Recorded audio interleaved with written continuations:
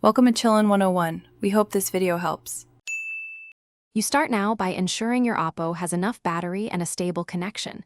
This prevents interruptions. Once ready, tap Settings and find Display and Brightness or Display.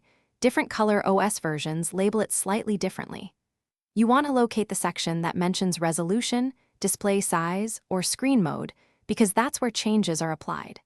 Make sure to note whether your phone shows options like 720p, 1080p, or adaptive. This tells you what choices you'll change in the next step.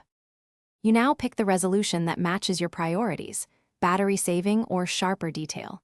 Tap the resolution option. 720p lowers power use, 1080p improves clarity, and adaptive lets the system switch dynamically.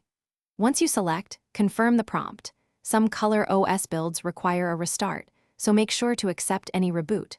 Also check refresh rate and font scaling because they affect perceived sharpness and battery life. Adjusting them together ensures the result looks and performs as you finish by validating the change. Open a photo or video to confirm the display matches your selection. If elements appear too large, small, or cropped, revert to the prior setting and then reapply.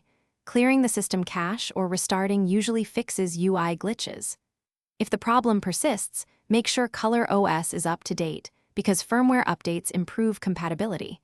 And if necessary, contact Oppo support or a service center. That single troubleshooting step resolves most issues quickly.